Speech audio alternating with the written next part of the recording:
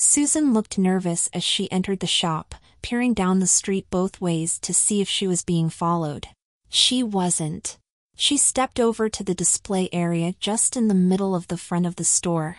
A lovely pair of ankle-high boots sat comfortably on the top of the display, which was arranged as a pyramid. She reached out and picked up one boot when a man's voice came from off to her side. "I don't think those are the ones for you." She turned to see an elderly gentleman standing with hands placed together before him, almost as if in prayer. He had a big smile on his face, a welcome sight for most. She shuddered in surprise. "May I suggest something for you?" he asked. She shook her head no. "I'm pretty sure of what I'm looking for." "Very well. If you need anything at all, please feel free to ask. I'll be over at the counter." Again, the gentleman seemed kind enough, but the woman's experience with men was not good at all, and she didn't trust him even if he looked kindly. She walked around the store. Her friend Iris had recommended it because the owner, Mr. Henry Harrelson by reputation, was so helpful and friendly and had a knack for matching the customer with the boot. Odd that Iris would say that. Shouldn't it be the boot to the customer? She spotted a pair of brown calf-length boots with a spike heel, a very nice look for her, she thought. She reached out and picked up one of the boots and looked at it. It was very appealing, well-made and good-looking. She turned to ask the gentleman and found him standing close to her, too close, in fact. She backed away. "I'm sorry, but we don't have that one in your size." He smiled his grandfatherly smile once again. The woman felt a tingle up her spine, warm and almost comfortable, but she shuddered anyway. "How can you know that? You haven't even asked my size." 9.5, right? He laughed softly. Yes. How did you know?" She shuddered again. "Just the experience of 60 years in the business. I can help you find something that really suits you." "May I?" He smiled and she shook her head no once again. "That's all right. Thank you, but I'd rather just look, please." He nodded, his eyes revealing a warm welcoming glow like Gandalf or Mr. Rogers. "Whatever you prefer. I'll be over here." "Yes, I know, just in case I need your help." Susan wanted almost to snap at him, but the more time she spent in the store, the more comfortable she felt. She decided, however, not to give him the satisfaction of knowing that. Too many men in her life had disappointed her and more than a few had hurt her, badly, as a matter of fact. She had grown to distrust all men immediately with the onus on them to prove themselves. Most had failed. She walked to the back of the store and there it was, the perfect boot. It was calf-length, tan suede with a pointed toe and a 2-inch heel. She picked up the boot and noticed it was in her size. She turned to ask the man for help and found him rearranging a display just a few feet from her. She held it out and smiled. "I'm sorry, I should have taken that one down long ago. Just absent-minded, I guess." "That's the only one. Been meaning to find out where the mate is, just busy, I guess." He smiled once again. Whether it was desperation or frustration, she didn't know, but Susan shrugged and frowned and said, "Okay, I give up." "Which pair of boots here suits me?" She was hoping at least for maybe a black calf-length boot that she could wear out since she had her boot-cut jeans on. "I think you'll find this pair here suits what needs you have." He nodded and smiled enthusiastically like a child showing a parent a picture they'd painted. He stepped over to the wall and picked out a pair of dark brown boots, work boots. "Lace up with a heavy feel and look." She frowned. "Are you kidding me?" She knew what she was looking for and why.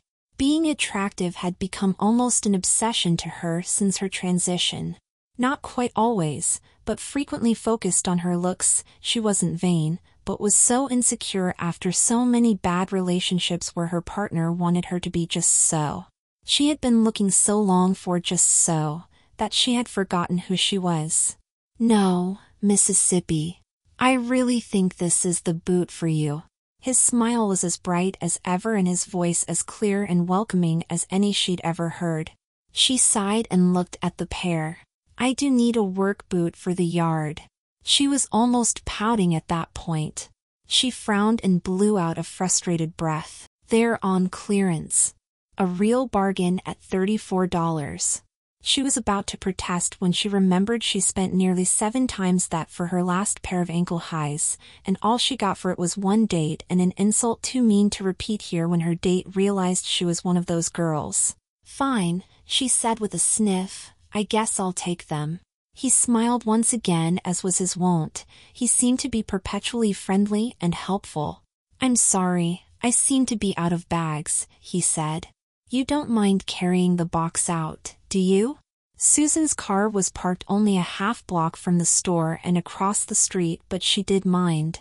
She was about to protest when he grinned. I'm awfully glad you came in today. Here, why don't you take these as a gift, sort of a bonus on the sale? He held out a pair of brand new suede gardening gloves.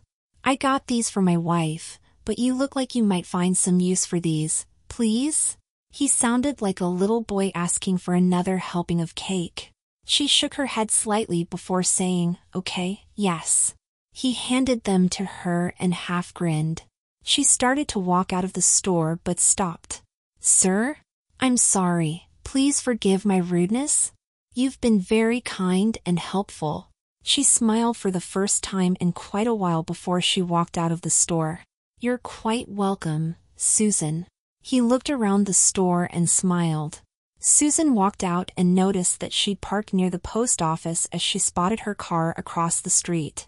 She'd have to walk to her car and back to get her mail, so she shrugged her shoulders and walked into the post office instead. Balancing the shoebox and her purse was a chore, but she managed to fish out her key and get her mail out of her post office box. What, modern gardening? She stared at the magazine in her hands.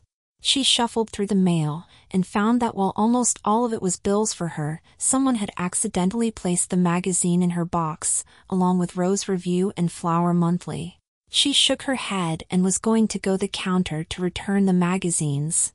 As she turned, she ran headfirst, literally, into a tall man. The collision sent packages and mail all over the floor. As she stooped to pick them up, she noticed the man helping her. The boots had fallen out of the box and he was replacing them as he stood up. Sam? Sammy Danielson? The man asked. Susan grew nervous. What? No, my name is Susan, Susan. She tried to think of another last name. Susan Pevensey. She had just finished rereading the Chronicles of Narnia to her niece, and the name had gotten stuck in her head. No, he nearly shouted, but his smile remained intact. He leaned a bit closer and down. Sammy, it's Pete Lydexon. You and I had chem lab together, baseball, the prom. He laughed. She started to turn red. Hey, what's that all about? We're buddies, at least we were. He shook his head. I heard from my sister about what I don't even know what to say. But I'm not surprised. I don't know why, but there was always something about you, Sammy. She pulled back and frowned, lowering her head. No, not that way. You always seemed a bit sad, no matter what was going on. Even when we'd win a game? Like something wasn't fitting, I guess it was you. So Sammy. It's still Danielson, but my name is Susan, Peter. She was talking with her head down, chin nearly reaching her chest as her fists began to clench nervously. He noticed the magazines on the floor. Say, do you garden? I have a nursery out in Montville. You should stop by sometime, he said as he picked up the last of the mail and handed it to her. Roses, tricky but worth the work. I have some hybrids you might want to see. I'm hoping to get them registered soon. He smiled, and she swore his grin was almost identical to the man in the store. Hey, are you busy for lunch? I'm on my way to a business luncheon, and I could really use some company. It's business casual, so you're already dressed for it. You look really good, Sammy. I'm glad for you. He smiled and held the door open and walked her across the street to her car. Here, why don't you leave your car here? We can take my truck. It's just down the block.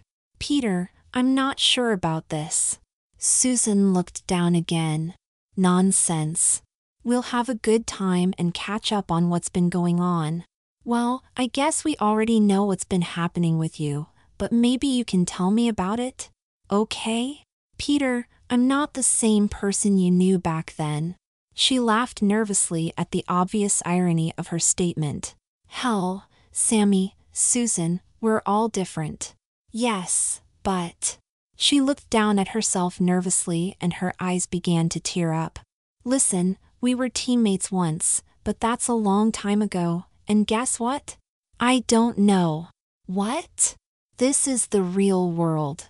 You may have changed teams, but we can still fraternize. He laughed, this time heartily. We're still friends. As far as I'm concerned, nothing has changed between us, okay?